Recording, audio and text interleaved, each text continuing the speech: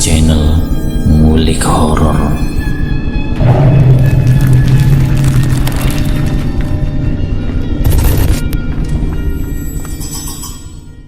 Assalamualaikum warahmatullahi wabarakatuh. Kembali lagi di channel Ngulik Horor. Channel ini menceritakan tentang kisah-kisah misteri. Pada kesempatan kali ini saya akan membawakan kisah misteri yang diambil dari YouTube-nya Ngulik Misteri dan ditulis oleh Ednavila. Kalian juga dapat mengunjungi YouTube-nya Ngulik Misteri ya. Nanti link saya akan sediakan di kolom deskripsinya.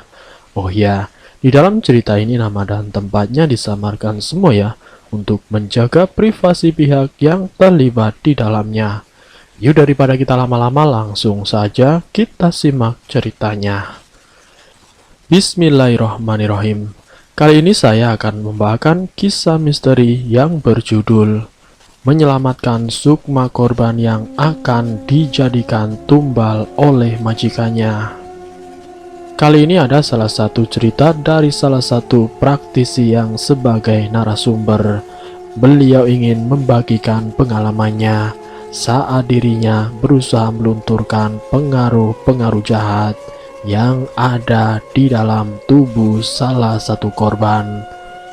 Dari hasil penerawangannya ini mengarah ke pesugihan, yaitu lewat iblis atau siluman yang disuruh oleh majikan untuk mengambil sukma dan juga jasad si korban. Sebut saja di sini praktisinya namanya Ustadz Sarif dan si korbannya yaitu bernama Yanto. Di awal cerita 7 hari sebelum Yanto disembuhkan dan disadarkan kembali menjadi manusia yang sesungguhnya, manusia yang benar-benar sehat walafiat. Dalam proses penyembuhannya untuk melunturkan energi atau pengaruh gaib yang ada di dalam tubuh Yanto. Energi yang ada di tubuh Yanto benar-benar dirasakan oleh Ustadz Sarif.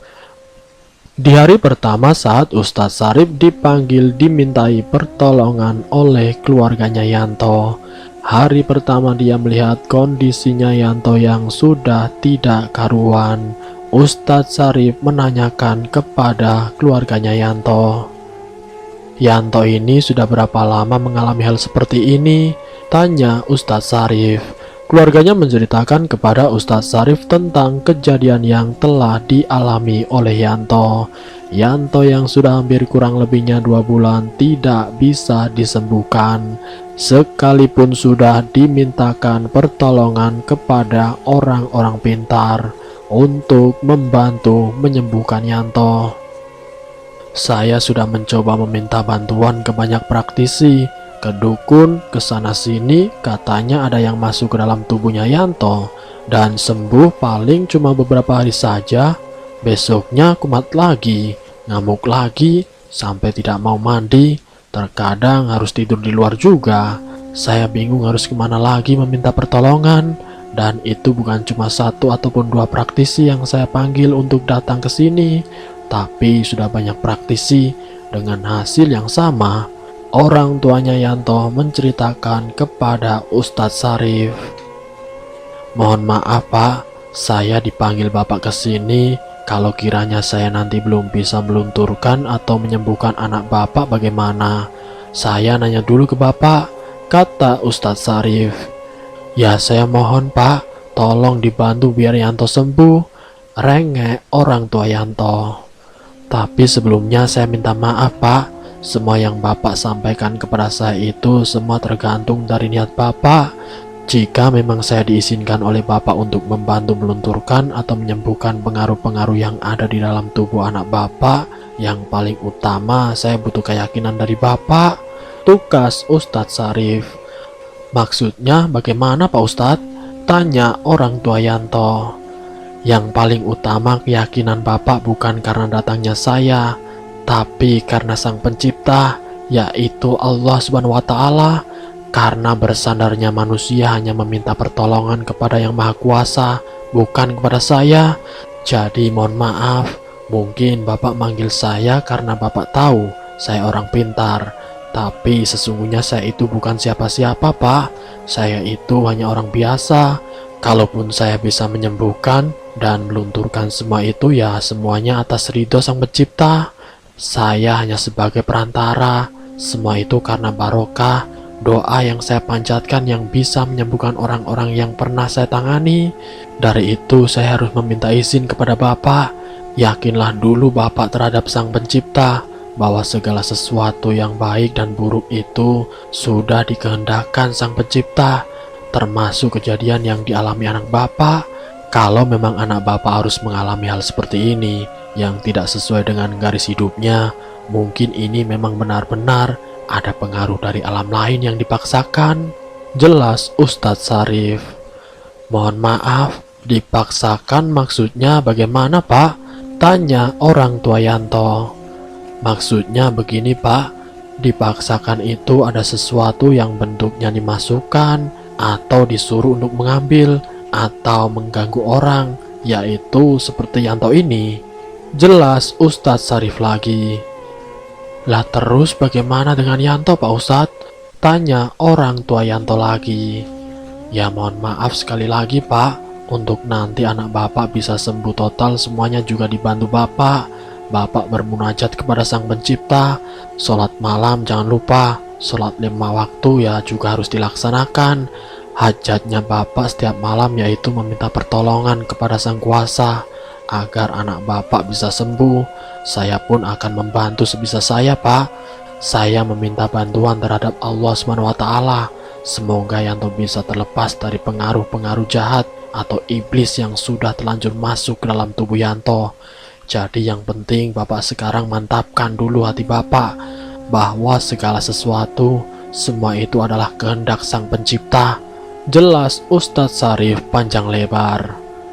Tanpa disadari orang tuanya Yanto mulai sadar kalau segala sesuatu yang pernah dilakukan itu bukan yakin kepada Sang Pencipta. Jadi seperti itu Pak, pantas saja anak saya tidak sembuh-sembuh, ujar orang tua Yanto. Ya bukannya saya menggurui, bukannya saya merasa paling bisa, tapi memang kita semua dilahirkan tidak bisa apa-apa. Hidupnya saya itu sudah ada yang mengatur, sudah ada yang memberikan haknya masing-masing. Jelas Ustadz Syarif lagi. Singkat cerita, Ustadz Syarif melihat dan juga memegang tubuh Yanto. Seketika tubuh Yanto memberontak dan melarikan diri keluar rumah, yang membuat tetangga di sekitar rumahnya Yanto ikut panik dan berusaha menangkap dan memegang tubuh Yanto. Namun banyak orang yang memegang tubuh Yanto, Yanto tetap meraung memberontak dengan kuat. Ketika Yanto sudah dipegangi banyak orang, Pak Ustadz Syarif pun membacakan doa. Lalu kemudian apa yang ada di dalam tubuh Yanto mulai melemas, dan Yanto pun akhirnya jatuh pingsan. Tubuhnya Yanto diangkat oleh tetangga dibawa masuk ke rumahnya. Ustadz Syarif yang melihat kejadian itu mencoba memeriksa satu bagian ke bagian yang lain, dari ujung kepala sampai ujung kaki.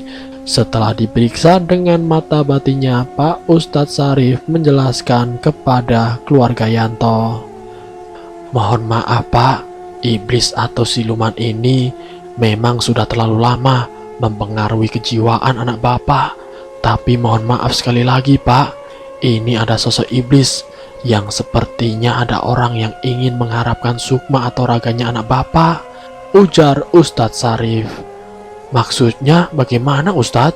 Tanya balik orang tua Yanto. Ini itu semacam pesugihan, tapi saya tidak bisa menjelaskan siapa yang menyuruh makhluk gaib yang ada di dalam tubuh anak Bapak. Saya tidak berani bilang, karena itu bisa menimbulkan fitnah Pak. Bisa menimbulkan prasangka yang tidak baik, yang ujung-ujungnya Bapak ini akan dendam dengan orang yang saya sebutkan. Karena yang namanya manusia pasti mempunyai dendam, apalagi harus bersanding dengan anak Bapak yang selama berbulan-bulan ini keadaannya tidak jelas. Makanya saya tidak mau memberitahu siapa sebenarnya sosok yang menyuruh iblis yang ada di dalam tubuh anak Bapak. Jelas Ustadz Syarif. Pak Ustadz, saya mohon, saya minta tolong Pak Ustadz. bantu anak saya agar bisa lepas dari pengaruh jahat ini, Ustadz. Rengek orang tua Yanto. Orang tuanya Yanto sangat berharap akan kesembuhan kepada si Yanto yang sudah berbulan-bulan merasakan sakit-sakitan yang tidak ada ujungnya. Ustadz Sarip yang hari itu sudah memeriksa dan mengetahui di balik tubuh Yanto ada sosok iblis atau siluman yang mengarungi tubuh Yanto. Ustadz Sarip meminta tempat untuk melakukan sholat untuk berkomunikasi dengan makhluk gaib yang ada di dalam tubuhnya Yanto, dengan harapan agar makhluk gaib yang memang sudah disuruh majikannya agar mau keluar dari tubuh Yanto. Tapi hasil dari komunikasi itu ternyata makhluk gaib itu tidak mau. Bahkan makhluk itu menantang dengan lantangnya. "Kalau saya menolak, kamu mau apa?" kata iblis itu. "Kalau kamu tidak mau keluar dari tubuh Yanto, atas izin Allah akan saya paksa kamu keluar dari tubuh Yanto," tukas Ustadz Sarif. Setelah berkomunikasi dengan iblis itu, Ustadz Sarif pun izin pamitan karena ia harus memimpin doa di kampungnya. Sebelum pulang, Ustadz Sarif pun berpesan kepada keluarganya Yanto, "Tolong dijaga anak Bapak, dan jangan lupa nanti malam Bapak sholat hajat, meminta perlindungan untuk anak Bapak dan juga keluarga Bapak, agar apa yang Bapak hajatkan bisa terungkap dan bisa terwujud, karena semua itu karena izin Allah." Dan hasil untuk komunikasi semalam saat saya sedang melakukan doa, sementara makhluk gaib yang ada di dalam tubuhnya Yanto itu masih ada. Besok saya akan datang lagi ke sini untuk menarik iblis yang ada di tubuhnya Yanto, Ustadz Sarif menjelaskan sambil berpamitan.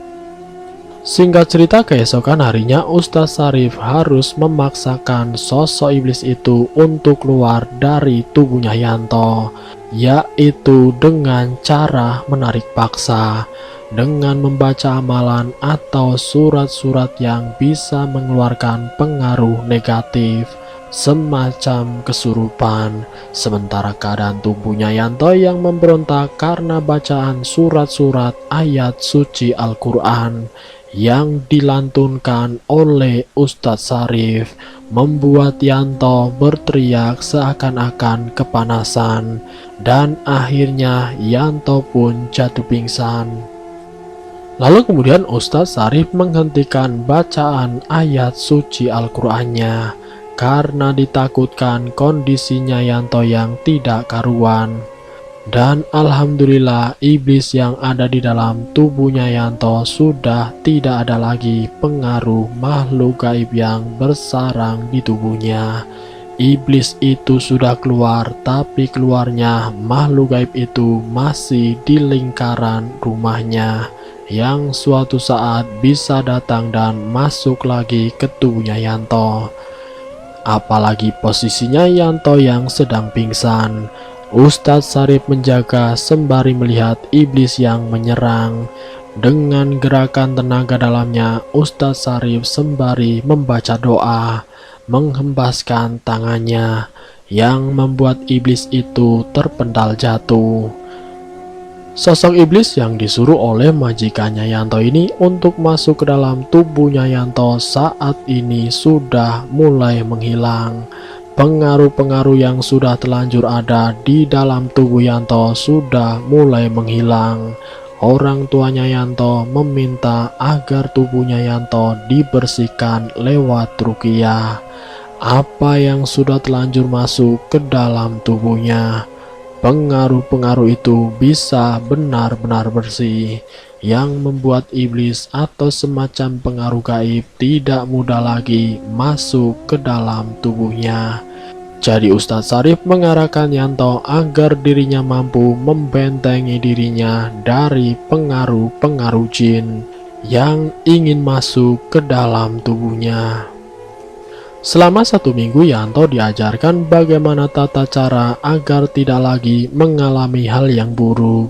Dan selama 1 minggu itu selesai, semuanya berjalan sesuai dengan apa yang diinginkan orang tuanya. Yanto sembuh secara jasmani dan rohani. Dan pengaruh-pengaruh jahat yang ada di dalam tubuhnya Yanto, semua itu sudah keluar dengan sendirinya karena istiqomahnya dan juga melakukan sholat 5 waktu, kerajinan untuk berpuasa, rajin beribadah setiap malam, meminta perlindungan terhadap Allah Subhanahu wa Ta'ala, yang akhirnya membuat Yanto bisa kembali melanjutkan hidup tanpa pengaruh hal-hal gaib. Dari kejadian Yanto yang bisa sembuh, kini Ustaz Syarif banyak dikenal di lingkungan rumahnya Yanto. Banyak orang-orang yang meminta bantuan kepada beliau. Dan selesai. Semoga dari kisah ini kita dapat mengambil hikmah dan pelajaran, bisa memberikan manfaat dan memberikan wawasan untuk kita semua, bahwasanya yang namanya raga yang tidak kasat mata, yang terkadang masuk ke dalam tubuh kita, ke dalam tubuh orang-orang yang mudah dirasuki, semua itu tergantung dari manusianya masing-masing. Kita harus istiqomah dengan ibadah sholat 5 waktu, rajin sholat malam, rajin puasa, dan berharap mendapatkan perlindungan dari Sang Pencipta, mengharapkan barokah dan doa. Insya Allah semua itu bisa menjadi penyelamat untuk kita sendiri, agar kita dijauhkan dari hal-hal negatif seperti jin ataupun iblis. Ambil sisi positifnya dan buang jauh-jauh sisi negatifnya. Terima kasih sudah mampir di channel kami. Jika kalian tertarik dengan video kami, silahkan tekan tombol like, share, dan komen. Tekan subscribe untuk mengikuti video kami selanjutnya. Wassalamualaikum warahmatullahi wabarakatuh.